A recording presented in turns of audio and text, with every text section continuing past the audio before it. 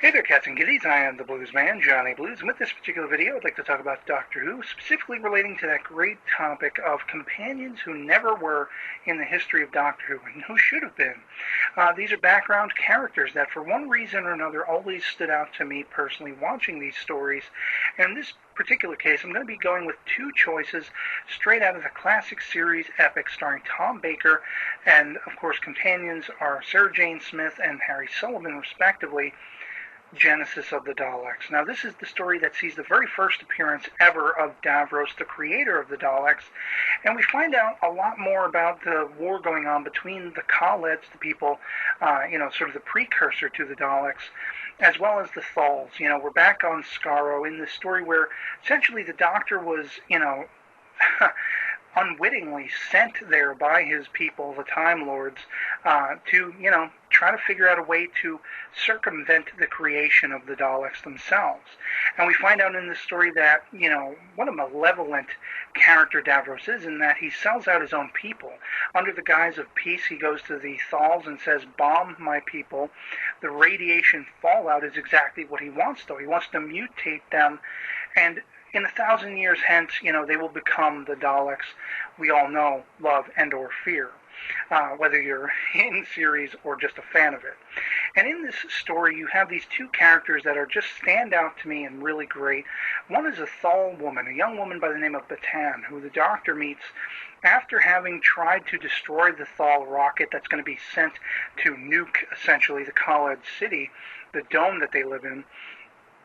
And once he's been captured and they've issued an order of amnesty to let prisoners and such go, this woman encounters the Doctor. Now, once they become under the attack of Daleks, as ordered by Davros, post their bombing of the Khalid city, because, Davros doesn't want to leave any survivors that aren't Khalid or Dalek.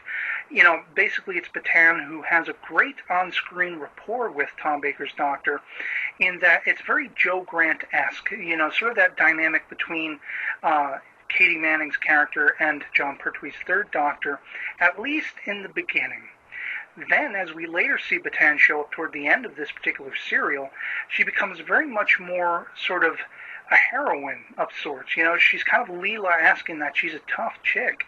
She leads a charge of Thals into the underground sort of caverns and tunnels, finds the only way in or out left to the Khalid Dome, and has, per the Doctor's suggestion, taken to getting all these munitions and explosives ready to seal it off once and for all.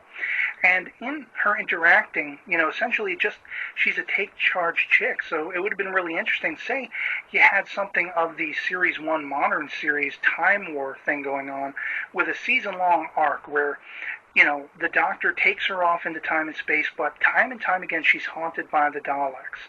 And this is something she needs to overcome through her adventures through time and space with him. Sort of that fear that is laid down, a seed growing, and going to become something threatening, perchance. It would have been a really interesting story dynamic. As well as the character, the Muto, who are, basically mutants, people who have been affected by the nuclear fallout and some such.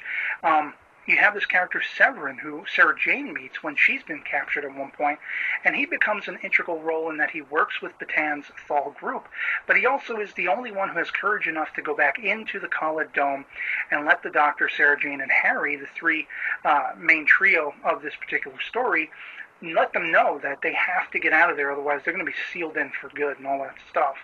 And these are just really great standout characters. With Sevrin, I feel like it would have been a very interesting sort of, because he is a Muto, he's downtrodden, he's said to be not as intelligent, although arguably he shows intelligence to match everyone else. It would have been an interesting dynamic to have him seeing the wonders of the universe, things that he never contemplated were possible, because he's poor and he's been used to scavenging and living almost like a cave person, So I think these would have been really two awesome choices for at least a season, for, alternate characters to have been traveling in the TARDIS with the Doctor. And I'd love to hear from you guys in the comments below. If you've ever seen Genesis of the Daleks, what you think of it. It is an epic masterpiece as far as I'm concerned. And these characters would have really been interesting, added to the TARDIS a little more full-time than their appearances simply in this story. So yeah, I'd love to hear from you, and otherwise that'll be it for me. I'll catch you later. Peace.